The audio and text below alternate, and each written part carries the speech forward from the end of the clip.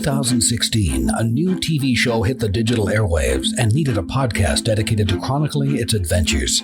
An elite team has been assembled for this task. Unfortunately, the world's listeners have not heard of this wonder twin duo. And although they may not be known now, in the future they will be referred to as tomorrow's legends. Hello, Legendaires. This is Harley Quinn, and I am bringing you a special episode, a bonus episode that I forgot to edit and release. So the Podcast Overlord, Mr. Kevin Batchelder, was kind enough to reach out and remind me about it. So I have put together our panel from DragonCon that Kevin was also on with me as well. And it was a really interesting discussion. It was kind of fun to go back and listen to it and listen to all of the theories and information that had been thrown out. I think a lot of it is definitely very much relevant in the beginning of this season. So I hope you enjoy it. Just a reminder that it was a live panel and that I was recording it with, a little handheld Zoom recorder. So the audio quality, I have done my best to clean up, but it does leave a little bit to be desired. So I do apologize for that, but I hope that you all enjoy it. I think it's relatively listenable. And so, enjoy this special bonus episode. And Martin and I will be back in your ears in just a few days to cover the next episode. Thanks, guys. I'm Joe Paul. I did have a professional career with his own podcast for a couple of years, and work got in the way. So I'll go on hiatus for the past 6 months. He'll be back. You've heard of the Teen Titans and the new Titans. We were the old Titans, so we were both, compared to most of the kids around here, we felt old. So that was us. All right, well, why don't we start off, I think, maybe just talking real quickly about our thoughts of the recent season. The most recent season. So, I enjoyed, the ride of the most recent season, but I was not in love with our villain. Because I liked it in the very beginning when they were trying to go with Tom Wilson and they were trying to set him up. And then when they kind of transitioned the writing to be more of a focus on Leon, I thought that transition kind of fell a little bit flat for me. But other than that, I thought that the season was kind of fun as usual. It was very goofy, very wacky, very legends. So of course I love that. I definitely agree. It was a fun ride. It's Legends. It's always a fun ride. It just feels like a love letter to the fans every time you watch it. It's just like, oh, I want to see that, and they do it. So, but I feel so bad for Nate. He just, can't get a lucky guy, but it was fun. I really enjoyed the season. Yeah, and nothing's changed with this season for me as far as Legends is still my favorite show of the Arrowverse shows and everything on television right now. And I watch way too much television. I mean, from Food Network to sci-fi, you pay too much television. And Legends is the only thing we make sure to watch every week as it comes on. We cannot get behind on it. I would say of the 4 seasons, everything is better than season 1. This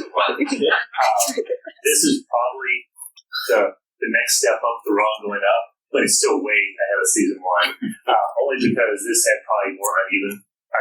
The last 2 seasons have been more great, almost great, whereas this one had good, great. So, but other than that, it was wonderful. We have a couple of Constantines in here. Castile. Well, in front of you and behind you. Yes. They're High color. And I think that changed the dynamic a little bit this season. I think it took a little bit of time to get into that new dynamic. That's probably why it's called a little more taking time to get its footing. It's still great. Yeah, I know for me, I consider Legends to be the funnest show that I watch. Funnest on TV. And being a big Katie Lots fan, season 1 is definitely not the one I revisit myself. But yes, it's great to have the fun. I thought this year, for me, the first half of the season was pretty good. Lots of crazy stuff going on. And then the last half kind of was just, okay. And I think as we were saying, it's at least me, a little bit to do with who the big bad became because they shifted. Once they saw how much everybody loved who they were going to make the big bad, and it wasn't going to work. So it kind of had its ups and downs there. It was still always entertaining to watch the crew and see what they dealt with.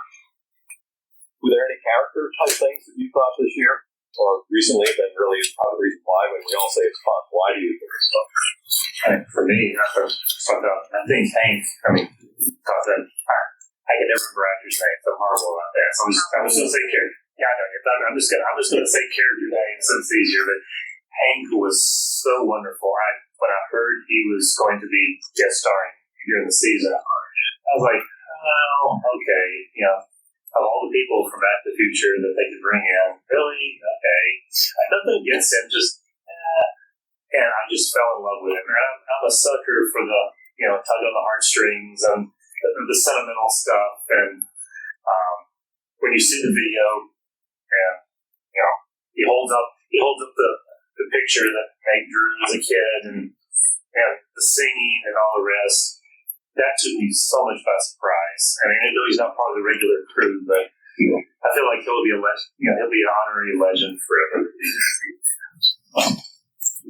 Yeah, I think Tom Wilson is a great addition to the cast, and I love what they ended up doing for any character. I still think I'd like to have explored him just a little bit more as the villain and had his redeeming qualities be his relationship with Nate and kind of how that would have ended up turning him back, which, I mean, in some ways it kind of did, but I feel like that could have been done a little bit better to kind of turn it from, hey, he's going to be the true big bad, and then instead of it being Huron, because they definitely kind of changed that midstream, mid-writing, I think.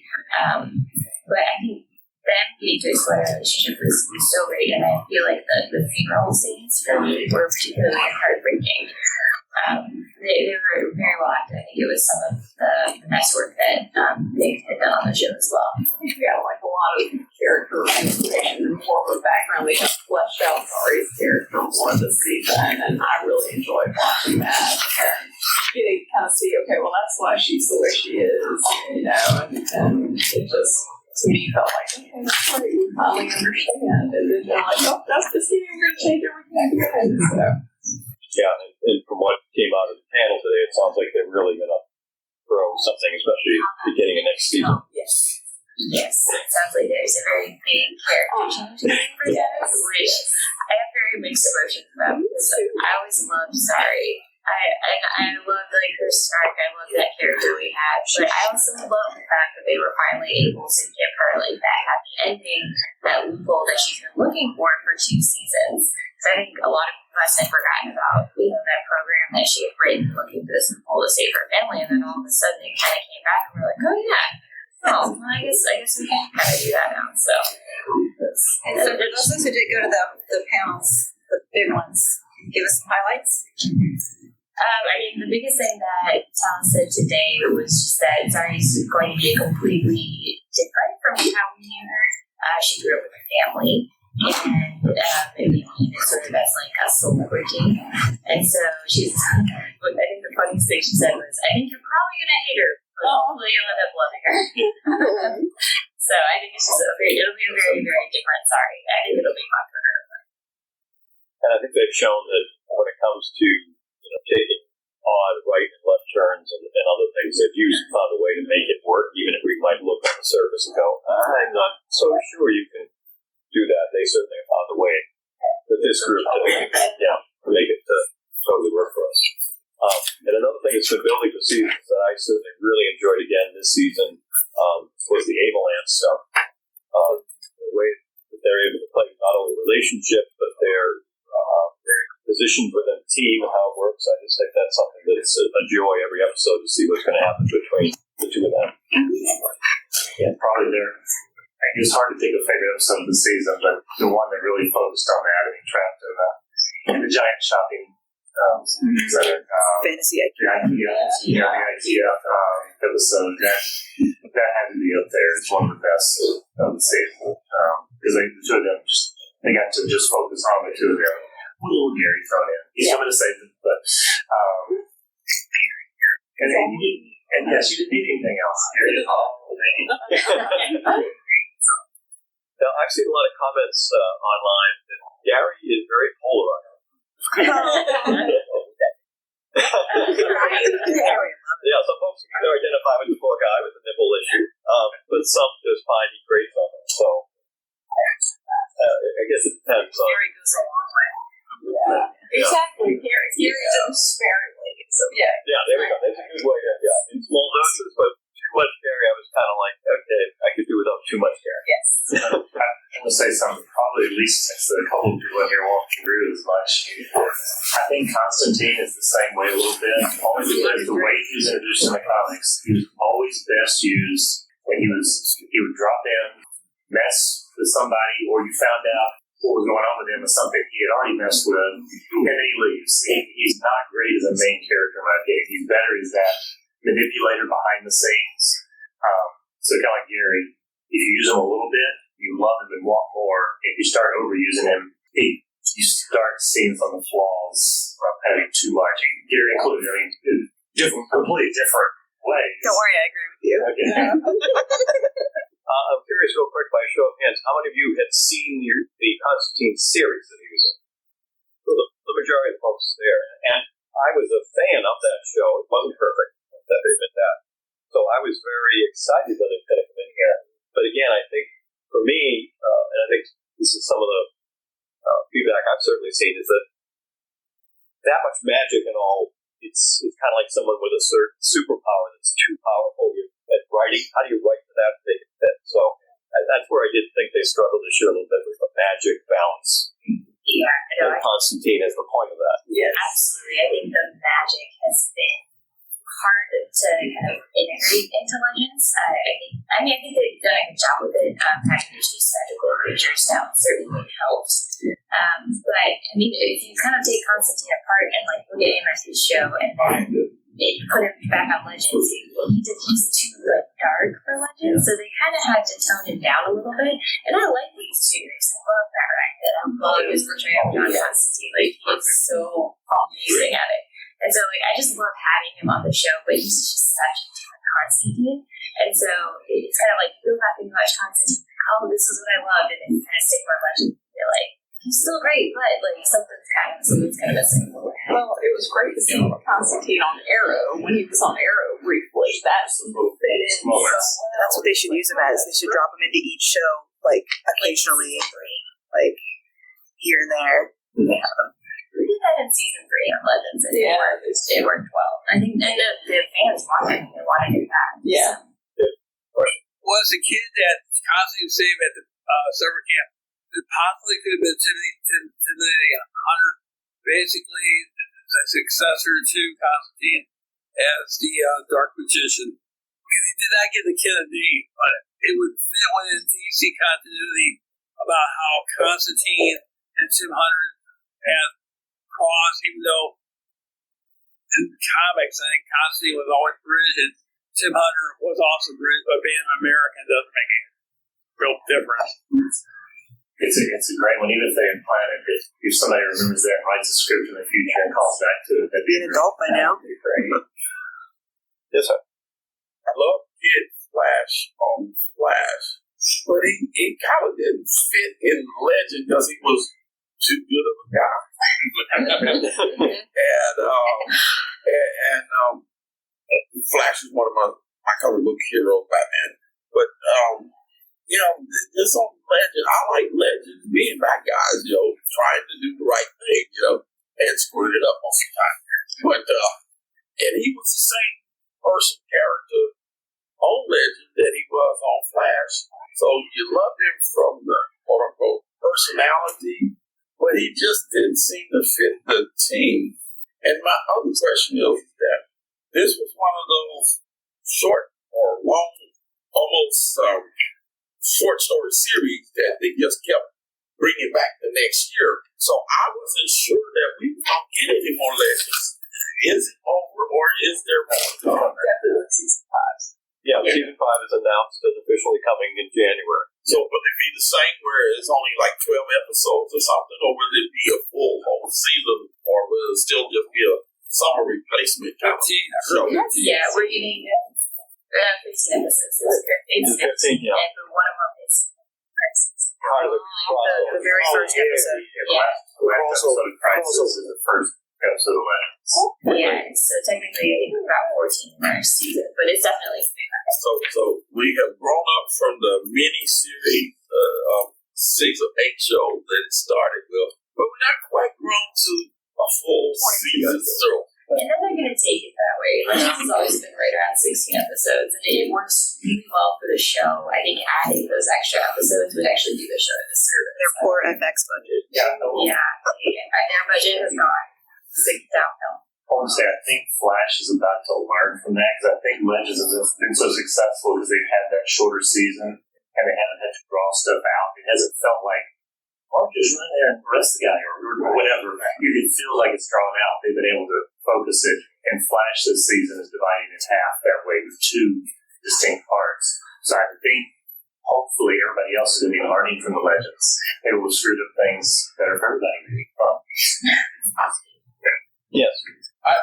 To go off what he said, I really like the fact that they are having, for about a season, 2 seasons ago, I forget, they had almost all lawful characters and chaotic, almost nothing. They had Mitt, basically. That was it.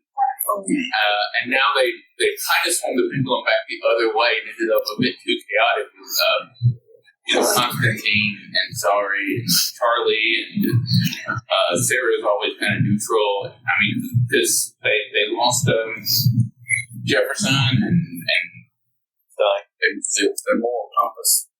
Yeah, but they're not supposed to be the good guys. They're not supposed to be bad guys either. They're supposed to be like random people with different points of view. You know, it's and it's like you gotta swing a little bit back to the lawful side.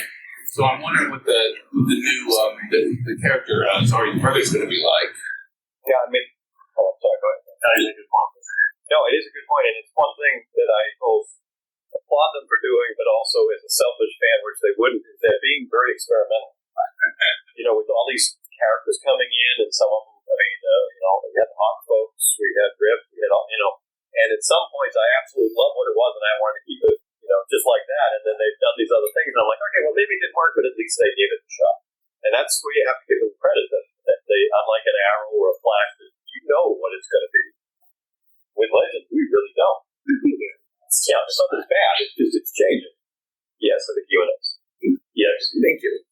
So now, here's what I've come to think now. So, of course, we all love the show for all its wackiness and all, and like how it was going whatever goes, why the F not? So one thing I feel that ever since Stein and Rip have left the show, they've kind of been lacking some more mature and sober characters provide a bit of a balance to the team. In terms compared to a more wild cards like Sarah or Mick, let's say, or for that matter, the ones who are unbridled, unlimited enthusiasm like Ray and Nate, let's say. So I think that one thing this is very unlikely to happen, I think, but one thing that I would propose to the writers of Arrow and Legends Tomorrow, if I had the power, was find a way to lift all their logos on Deathstroke and bring Manu in, and probably have a lost Raw on Arrow this season, and probably after Crisis, find a way to get him onto the Legends team, because I know he's very serious and bumpy and whatnot, but I think that's exactly what would work, because he's kind of more mature in a manner of speaking, and he's gone through a lot of pain and darkness and all, so he could be a mentor to some of the more cheerful Legends and then they could also rub off on him a bit and help him learn to enjoy life a little bit more and probably help support him, because he's not Ava. Right? Yeah, they do have Ava, that's true. Yeah, I think Ava is almost a legend at this point, and I believe the next season we're going to see her more than Wave Rider. The time here is no longer a thing. Yeah, but that's still I was really love to see him be on the Wave Rider, how he would interact with all the wacky legends and oh my goodness, he's horrified of their ego and able to still Well, if they could find a way to bring in some of these characters just for a guest spot, I think that could be something that could be fun, because it's like we've been talking on all of these situations, that chemistry. Sometimes it totally works, And sometimes it just doesn't. And when you got an ensemble this big, it's tough to give everybody enough screen time to develop that. So it's where sometimes I struggle. I mean, I love it to death, but sometimes where I struggle with exactly what they're trying to do. I feel like Ray's grown up a little bit this season. He's not quite okay, let's do it. I mean, he was doing things that he probably shouldn't have been doing them, but he was doing them with the reason. The right intent always is right. Exactly. But I've compared this show a couple of times, a couple different years to MASH. MASH has always been my all-time favorite show, and it's a full ensemble. Even though Hawkeye became kind of the center, much like Katie Lots, Sarah as the center, it was an ensemble. And if you think about it, for the first several seasons, it was just zaniness. But they always had their moral compass, no matter how weird they were being. Even the Frank Burns and Margaret, your villains or whatever of the show, they always, when there was somebody wounded, pulled together, and they were there to help. And that's kind of what the legends do. No matter how much the moral compass might be off, they're going through a redemption arc or anything else, once the crisis hits, I don't mean the crisis, but once any crisis hits, they all pull together. And if they keep that arc going, MASH over 11 seasons kept getting more and more serious, more leaders, more developed. So I'm hoping it has that kind of staying power. 11 years would be great. Hand in the back. Did I see a hand in the back? No. Yes, sir. Yeah, with Legends rotating roster, I mean, with the Adams leaving and stuff like that, it opens up the door to other possibilities. And one that they did before was Jonah Heck. I mean, Jonah Heck, can basically, he was considered the deadliest man in the 19th century, according to DC Comics. Right. And they had a short-lived series in the future. Right, which would play really well with with that Zori when she had him and her was like a couple or something, or she was just PSI or whatever. But, him on a motorcycle and doing a full-on Mad Max, which he did in the Heck comic book. I remember that thing.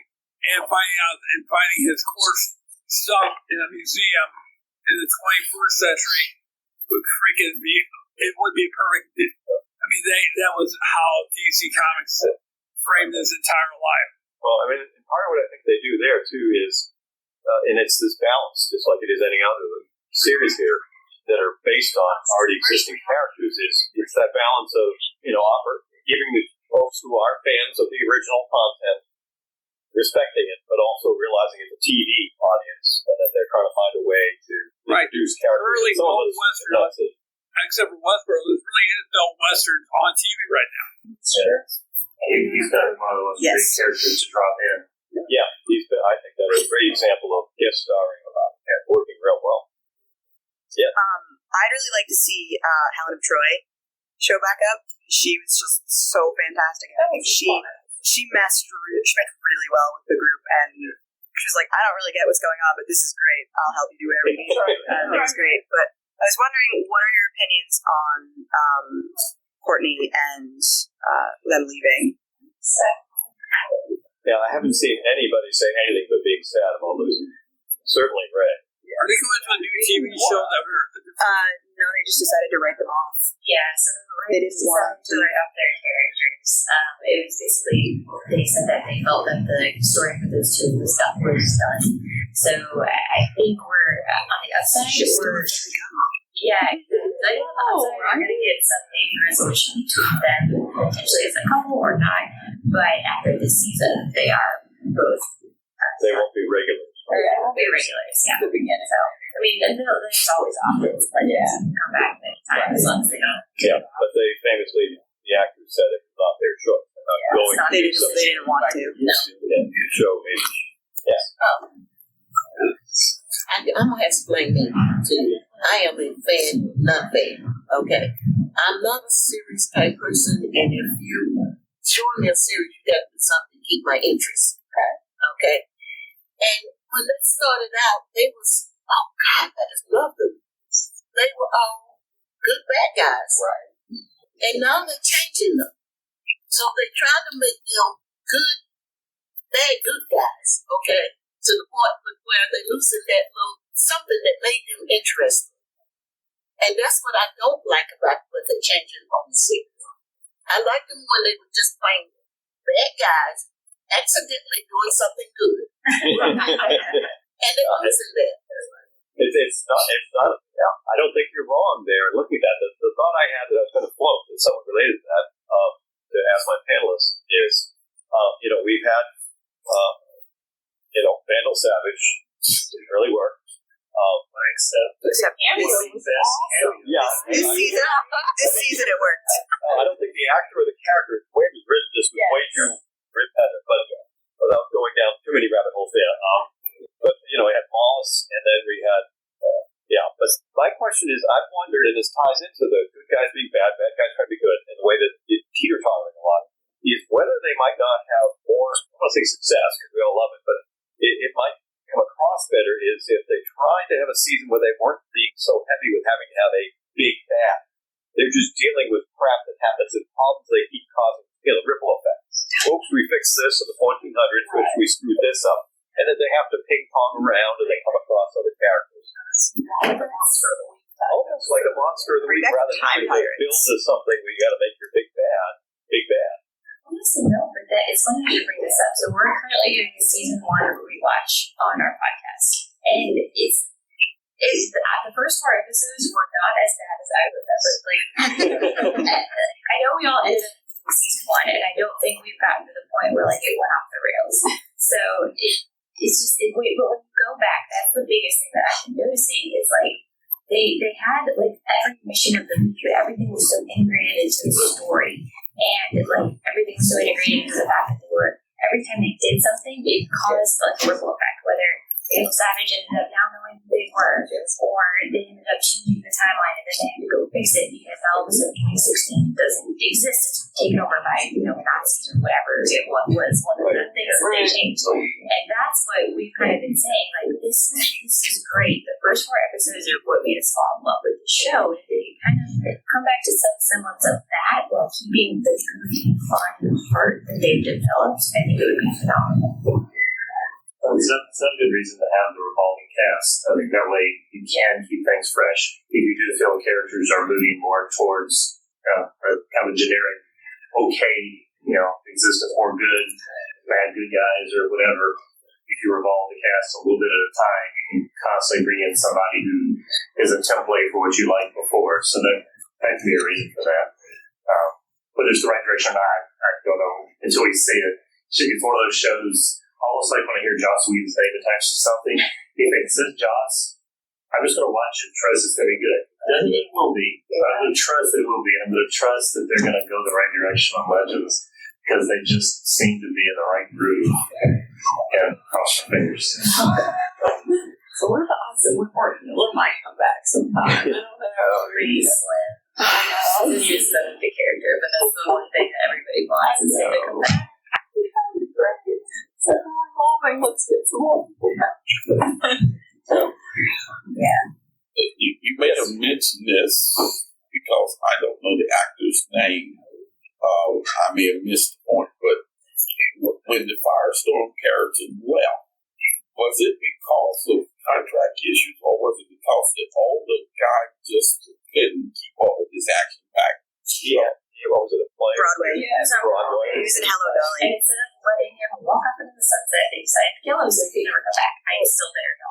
It's still that was a crossover choice. That wasn't the Legends choice. They didn't. They were totally moving him in the direction of retirement. Yes. He was 5 days from retired. I know. And whoever's behind Crisis decided it would be great if they just would have. But it did start with him asking to leave to go do the Broadway show. Yeah. Right. Which would be a long-standing commitment. And not go for 2 weeks and come back. He was there for a pretty long time. But they let him retire. Come back. They actually tried that and it didn't work right. They did try.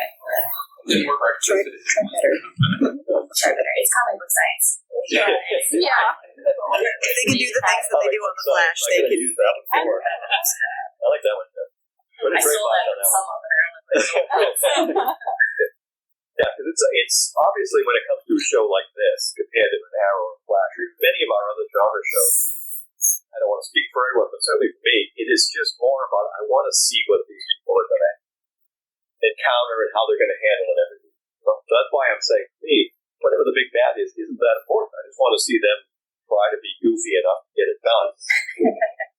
And it's an interesting point you brought up, though, about, if they are truly bad and just stumbling into doing good things, you can do that for a while. This is where it gets hard from a writing point of view, I think, is if they're constantly doing that, then they're no longer bad. So some of that reason why we might love them wanes a little. And they have to evolve, actually. I mean, the characters have to figure out what they're doing. And as fun as it is, you can't get a chainsaw forever. Oh, yeah, that's somewhat still going. He's evolved just enough. Yeah. I mean, Nick is a romance writer. That was nobody's. I was just watching best arc ever. Romance writer, he was sad when his rat died. And do we know how old he is? Because that whole storyline in season 1, I mean, he could be ancient. We don't really know how old he is. I think he's in his 40s. You're referring to Chris. Yeah. They always forget that he's hundreds of years old. Because they looked him out of the time that we've not yet gotten the episode where Stark basically takes him into the forest and leaves him for dead. I guess I don't know, because that's when the Time Masters let him out. So I guess we're supposed to believe that. I don't know, because this is a vanishing point, so time is kind of relative. Fluid. Yeah. But he at least has the biggest reason of everybody, I guess, to change, because he's been around a long time. Yeah. There was one question I wanted to ask everybody, just because it's, to me, I said I had a short list of favorite ones. Two meow meows. If we could not have Legends Tomorrow anymore, if it had to go away, and we had to choose between Custodians of the Chronology, Sirens of Space-Time, or Puppets Tomorrow, which one would you want to have? Puppets. Sirens of Space-Time. Yeah, I want Sirens bad. Sorry. Anything to get Gideon in physical form. I mean, talk about a trio. I mean, Charlie's Angels. I mean, come on, man. Well, then you just have to have Charlie in the background. No, I think that they come up with that concept. Throw all. See, and this is one of those ones where, because the timing of that was right where they had their mid-season break, that was, for me, that was such a high. It was really tough hitting that high the rest of the season. It was so good. I mean, I just watched that episode over and over. Yeah, it's a great episode. It's rewatchable. It really is. I don't say as much as growing up watching Charlie's Angels. First run, loved it. Had the Farrah Fawcett poster and everything signed right there. I'd still choose Puppets. I love Puppets. Yeah. Yes, sir. Going back to the discussion, bad, good, bad, are they the inherently bad people? And none of them are. They all got the circumstances where they needed to be bad. Zarina was the timeline where her gift was cursed. Sarah was basically dropped by everybody around her, and basically that's why she's putting a shield in front of her to push everybody away. Inherently, everyone on the show internally is good. They just have this persona or mask of the dead person. It's almost a reverse of the mask hero, where hero put the mask on and they're becoming good. In our cases, they're putting the mask and they're becoming bad before, but internally they weren't bad. Their it was good by nature. I mean, it's something that I think is entertaining, and certainly, just going to kind of see this as you both go through the whole first season. You get to view these characters a few different ways, bring your own positions, baggage, and so forth to the content, so you can see them as that way, or you can see them as the other way. It's still the entertainment because they've left them very open to interpretation there too. So that's been part of the entertaining part, is finding one to latch onto. I think for a lot of viewers to say, "Oh, that's someone I want to see where they go with that." And it's an ensemble. That's where, and especially a bigger one. And you bring up MASH. I mean, that's obviously one of the best TV shows of all time. And it's tough from a writing point of view to get that many bodies and storylines to get through to keep them all and make it work without going off the track. Or just repeating yourself over. Yeah, rather than saying. Well, most shows end up doing a little bit of that, you know. My concern for Legends is the character of Nick Rory. I don't understand what's happening to him because I think he was strongest in season 1. I know that I'm going season 1, and I kind of go back and forth about season 1 up and down, right? But I really liked him as Kronos. I thought he was really strong as a character, as a person as Kronos. He came out of Kronos, and he's kind of been very lethargic. Of course, they found a very kind of light move for him being this side author on the side. But with each progressing episode, he just seems to be spiraling. And there's nothing centering him. I'm seriously worried about what they're going to do with that character. Because it was him and Sarah the last of the originals. Yeah. And so I'm like, you know. I know that the actor, I follow him on Instagram, and I know he's been signed to mine since season 5. I think you know they may let it out the bird. They may even get a season 6, but that's him talking. I don't know if that's true, right? But I don't like the way his character's just been lethargic, and she's just been there like a dead weight. And I'm like, what are they gonna do? Every time they do something, Nick goes, "All right, go drink." And off the screen he goes. So it could be a character balance thing. It could be there's just too many characters and blah, blah, blah, blah, blah.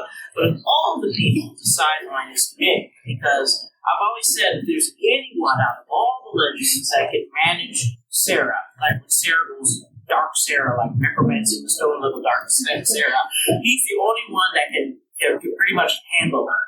Because all the rest of them get their nose broke, legs broke, lungs broke, and all that stuff. But he's the only one that can reach her, you know, and talk to her very candidly, straight on, no milk, no butter, just, hey, you're doing this, you're being a bonehead, yeah, you're the best thing there is. But I think when he goes, because to me, Sarah is whoever said this about Sarah, having defenses up, I think she's kind of caged herself.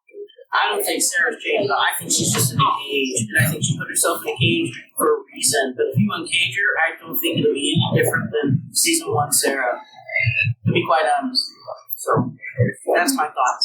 What did you think about Nick and Ava's interaction? I thought that was dead on. I thought that was absolutely. I was like, oh my God, he said it, you know. And then she just came right back at him. But he was right. He was like, you know, let's quit, you know, stepping around this. Look, you are this. Come on, you know. And she's like, well, you are that. Come on, but you know, just that over now. I thought that was very head on. I like that. How many of you were in the panel earlier today with the Legend guest? I mean, the actors are joking about that they all want his call schedule because he basically comes in for a couple of scenes holding a beer, drops a one-liner, and that's it. You know, but we all look like, you know, by the smiles on all your faces, everybody loved him. So he's becoming very one-note. Not that he was very more than one-note a lot, but there's some stuff there. And I think the actors have sort of pulled off. It's just, do they want to write to that? Right. I was going to ask, do you guys know, I mean, why bring on characters like Charlie and Mona to take up screen time? And Mona, she's already, you know, she's a repetition, you know, where you have a character like Nick that you can fill her up. You know, you guys know what some of the thinking is. I have no idea what this means, but I know they're struggling hard with a large cast, and we really expected in the finale that they were going to thin it out, and they didn't.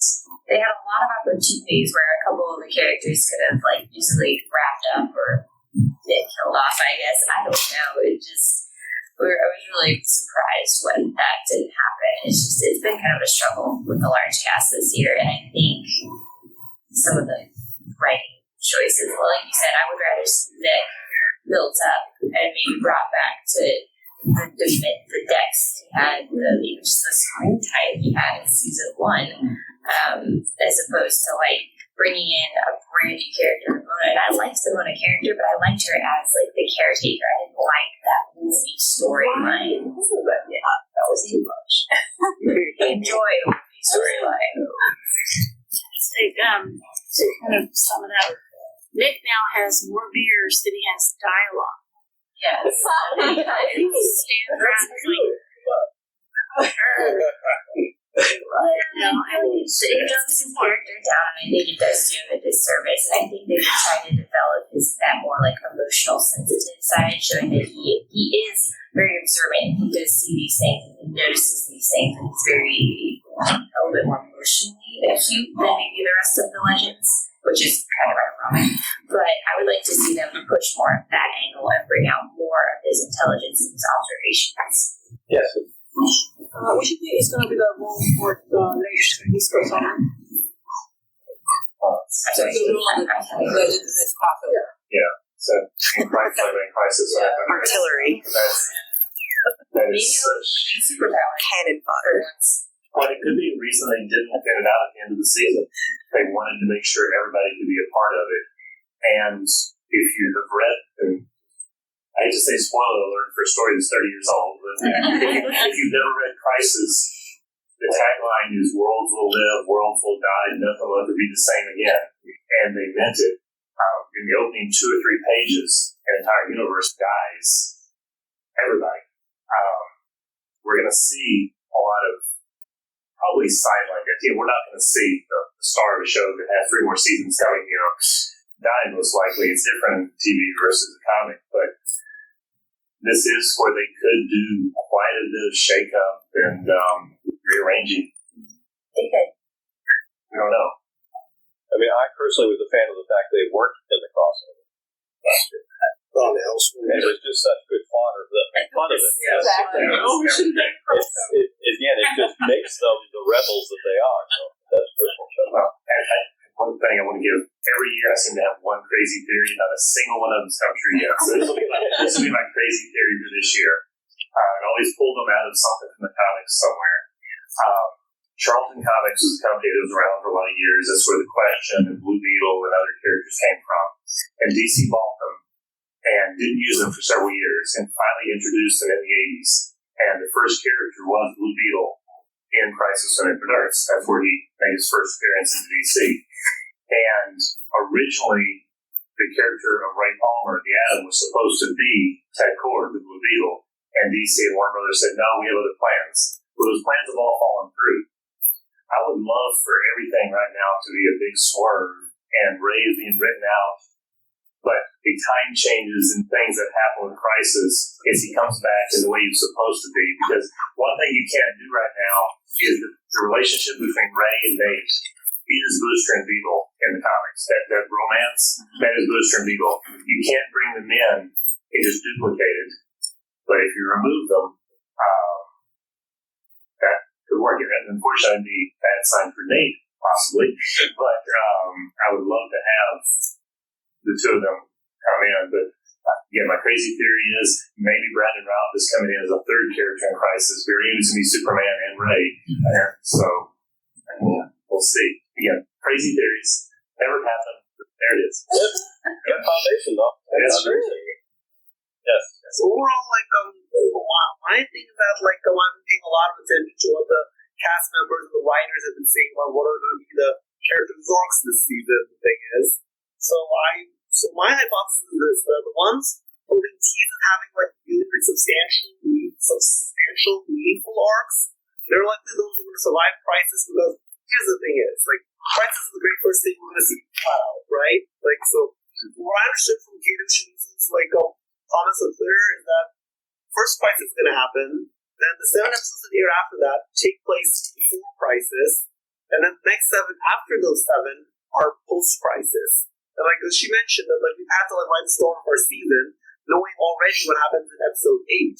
So and she said I was doing narrative gymnastics. So there was a lot of weird things. So if someone's going to have a really meaningful arc throughout the entire season, we've seen it for a lot of you, like Nate, for example, he's going to be a long-term Zari romance thing. Then Zari, she's going to have a long-term bond with her brother, let's say, and they're going to explore how she was with, let's say, like if she did grow up in a dystopia, then Ava being friends with the rest of the legends and finding her place on the Wave Rider now that the Time Hero is no more. Sarah a superpower, and I believe Dominic said something with me searching for love this season. I think he said I saw something about that like the Comic-Con stuff. So out of all of these, I saw so much, and then and also Constantine, of course, is going to have Astra, let's say the Astra conflict. Then we also have Charlie. They say they're going to go through our backstory. But up until the announcements that Brandon and Cornell leave the franchise, I didn't really hear anything substantial about either of them. Although Ray always seemed like the ideal person.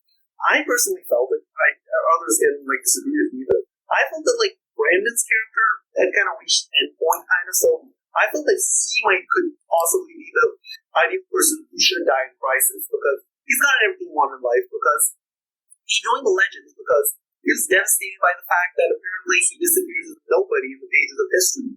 But Rip told him that. And that's why he joined the Legends, because he wants to make a difference. He has made a difference throughout all of the seasons of the show, and finally he's not acknowledged for it because now, come the start of season 5, he and all the Legends are famous.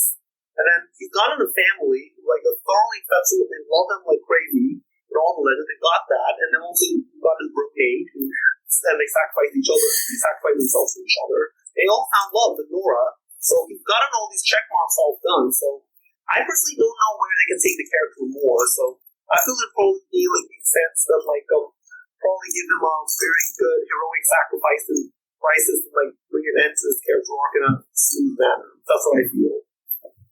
Again, all that could definitely happen. It's they've done a good job in terms of the way that several of these things can play out. So and the thing we have to keep in mind too, since we're not premiering until January, and the media machine and all, they're going to be pushing the fall shows and information there. I think we're more likely to get more of that teases drop come October and November. When's Crisis going to air again? December and January. Okay, so there's the split. We're doing the first 3 episodes in December, and then there's a couple of the holidays. The Arrow and Legends are airing on the same day, I believe. January 14th. Yeah, the last 2 hours together. Yeah. Nice. Yes. Going back to the CW, they only have 12 hours a week available to fill, but they do it year round, so I can really actually see Legends coming back at the summer fill-in show sooner or later, because with that, I was at Comic-Con, of course, everything was Batwoman. Because that's the one they're pumping all the money into. Anything with the bat in front of it sells really well, typically. So they're why is some Sundays why do you bet on Sunday? If it's that sells that way. Because they want to be with Supergirl. Supergirl is overrated with every other show. Yeah, Sunday night. Batman and Superman. Yep. Sunday nights have been good for a lot of shows. X-Files started on Friday. It wasn't until it moved to Sunday that it became a phenomenon. So, and going up against Sunday Night Football, which they need counter programming. Because once upon a time, survived for 6 years against Sunday Night Football. So yeah. So it's them looking at the demographics and what potential audience is and what else. And of course, Walking Dead comes on at 10 in most time zones. So the 2 hour of DC followed by Walking Dead is a perfect 3 hour comic book block. I think CW is just trying to marry their shows better. Like CW, like Batgirl, if you're Batwoman, get Supergirl together. They're trying to put All American and Black Lightning together. Flash and Arrow, of course, are blood brothers.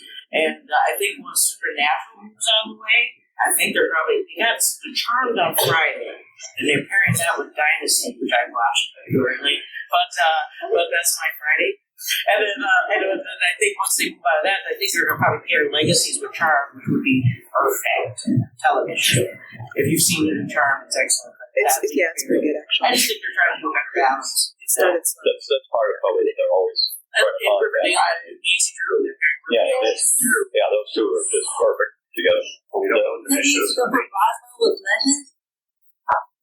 That was Roswell with Legends? Well, they haven't. Unless I've missed it, they haven't announced what Night Legends is going to be on this year yet, have they? They have. They only have for the crossover episode. They haven't really said when it's Yeah, I mean, for the regular season. Yeah. I wanted to just mention a point earlier. You said the Legends didn't cross over into the crossover. We know that for the Legends of Mara and the Sirens. I mean, we know that for the Legends of Mara and the chronologies of the chronology thing. We don't know that the puppets didn't cross over and have I like to think that happened. There are so many alternate universes that we can never track them all. It might all be possible. You can do something kind of like the DS9 when they revisited the Trouble with Tribbles. They can go back and have them drop in. You can know they were in the background. That'd be great. Yes. I'm just curious with Black Lightning and Batwoman all being in the crossover and meeting the Legends for the first time. Is there anything you're particularly interested in seeing, like some sort of interaction? Like, say, I'm particularly interested in Batwoman meeting the Legends to be like, what is this group of screw-ups that you introduced me to? And then realizing that they just look like screw-ups and they actually kind of know what they're doing sometimes. I was just curious. I'm curious about her feedback. So good. I know it's Bat Family. She's going to been keeping track of all the heroes and everything. She probably doesn't know about the Legends. I'm not. They aren't really. They get to be the real wild card. I can see them fitting nicely into having these other characters having started to come together to deal with what's going on, and then Legends just kind of show up. Just like ripping. It's like riding in on the motorcycle, making a lot of noise going. Well, I could see Mick showing up in Gotham, just randomly being like, "No, it's okay. I know you. I'm just gonna go rob this bank. Don't worry about it. Just don't worry about it." And then she's gonna be like, "What is wrong with you?" There have been times where they just showed up. I mean, Ray showing up in Crisis Earth X was such a perfect just drop in the middle and, save Supergirl there. And then in Biggin, I still love him in Biggin. And, they'll just drop it in. It can be a lot of fun. I think it can work. Yes. I'm carrying it through, the same guy playing the Monitor and Anti-Monitor. Maybe it was the Anti-Monitor that showed up at the end that was shaking his head. And then he started eating popcorn because he thought, I can bring these guys back. He's huge. It's not him. He's massive. They showed a scale, and a human only comes up to his ankle. The Anti-Monitor. He's extreme. He's huge. They put it up on a screen, and they showed the Anti-Monitor and a little human standing next to it, just barely his ankle. Okay, so you said that he was regular size, so it was the Monitor, and he looks different. He's darker. He's got different ridges. I've been watching a lot of the videos. Anyone else watches the Pagey videos? Pagey's great. I spend a lot of time by myself. Okay. Whoever spoke to mentorship about Legends needing mentorship, that would be an excellent opportunity. I would love to see Black Lightning come in on the Legends, and they all meet for the first time with all those teams. I think Black Lightning would be the one to go, yeah, what? No. Provide that, the daughters I call that step in, step out. The girls would love it. I would love to see that. Black Lightning himself would be like, no. Thunder and Lightning would be like, okay, I see what you're doing. First season, I couldn't take it. But after Vivo, the crossover that I forget the last year's crossover, and then Legends is perfect now because it is so chaotic. It is so random. They aren't trying to get mentorship and how to be great heroes. They're just trying to have a great family and love each other and try not to break the timeline. Kevin, if you could take a show or something that said that it's cosplay, right? The whole Legend of Tomorrow is a cosplay they do it every single time they go to the period time. So they're playing the cosplay. They understand how ridiculous they are. I want to ask does Wave Rider have a TARDIS wardrobe somewhere? Because they always seem to have something. They seem to go to get the costumes. Like,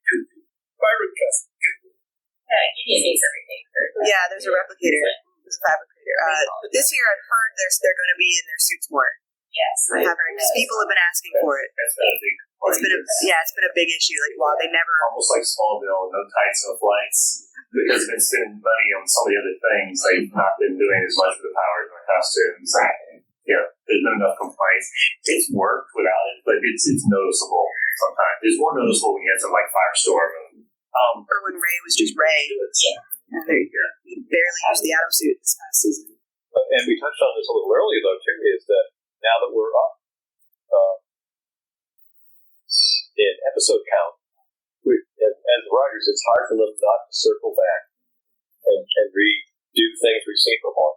But that idea of the costume part of it coming back as something the fans want gives them a reason to be able to do it without appearing like they're recycling that better. So it could be, and if there's any of the shows that are going to be fan service, this one will. One single episode, not doing it, unlike most other shows. You have your hand up, sir. Well, I was just going to comment on what he said, and then y'all get into it on the costume, where he was saying something about cosplay, and it's like, and yet Ray's never Adam, Sarah's never white canary, Mick is never Heatwave, right? And it's like, that's what we'd like to see. Yeah. A lot of us would like to see. I agree. I just love like the actually with CGI, it's expensive every second it's on screen. No, it's a practical suit that has CGI effects. It's one of the more expensive effects is the steel effect. And that's why this past season. Yeah, so that's why this past season we got 3 get a lot of it, and then when you get it, it's only like his face and like his arms and stuff. So I have a question for you guys. How do you guys feel about Sarah getting a superpower? Perhaps that was rumored. It's not rumored, it's fact. She said it. No, I know. I see all the stuff. I couldn't hear what she said. She said, "How do you feel about Sarah getting superpower next season?" I've got mixed emotions. I mean, on the upside, it means that the superpowers are coming back, and so I'm pretty excited about that. I think it'll be interesting to see how it's going to work. It's supposed to be bad at first. It's supposed to be a negative thing. There's supposed to be some sort of magical illness that results in her getting a power. So it'll be interesting to see how they take it out. It's supposed to start off as a struggle that she has to adapt to. I just hope it doesn't feel too much like a Wallace franchise. Right. Possession. So that'll be interesting. It's cool once. Reserving judgment. It could be really cool, but if it means I get superpowers back on everybody, then I'll take it. Well, Fringe did it with Olivia successfully. I mean, she had superpowers for like a short period of time during that one of that show, but they wrapped it up, I thought, really well on Fringe anyway. But she had superpowers for a little while. I trust them with Sarah. Well, I trust them with Sarah, but again, I love Sarah blinders on, and I don't want to change what I love. But the idea of it being an illness does mean it might only be a limited time superpower. No, it's sounding like it's starting. Look, I want what I want. You wanted to hear what I thought? You those blinders on. Yes, right down here. What about Vandal Savage's return, possibly, when Astro releases all the stolen souls? Right. Yeah, we didn't see all those coins, did we? Yeah, we don't know who she's got that we might get back. He was one of the certainly be one of them. That's a good point. That is and we've learned as they do these things from Jonah Hex and all these other ones, bring it back for a short period of time. And this is great. We love that. It's gold. Gold for storytelling. Is that the coin you'd want to see most, or is there one of the other ones you want to see come back? Where he's at now, you'll be fine. You could even join the Legends for an episode as like a teammate. I think he likes them now. Time for one more question. Yes. I was wondering. I had a question about Zari all season. I was wondering, was she supposed to be somebody? Because it seemed like her amulet looked an awful lot like the ISIS. Yeah, that was what she was supposed to be, but they couldn't use ISIS because of the negative connotation. The Halloween episode, they actually have her in the ISIS outfit for the Halloween one. But at one little moment, just is a nod to the fans, and then that's it. I feel like I rewatch that. Yeah, and then we understand. I mean, the phrase ice is no longer. It's not. They don't. You don't think about Egyptian gods anymore. Well, folks, we appreciate you coming out today. Reminder, please be generous. Put money in the donations for the charity this year. Also, use the app, rate the sessions you attend. Give them, a star level and comments. The track directors all want to improve programming, so your thoughts would drive this donation. Appreciate you all coming out. Thank you. Tomorrow's Legends is not affiliated with CBS, Warner Brothers, or the CW. We're a fan-made podcast for entertainment purposes only and are part of the Cybercast Network.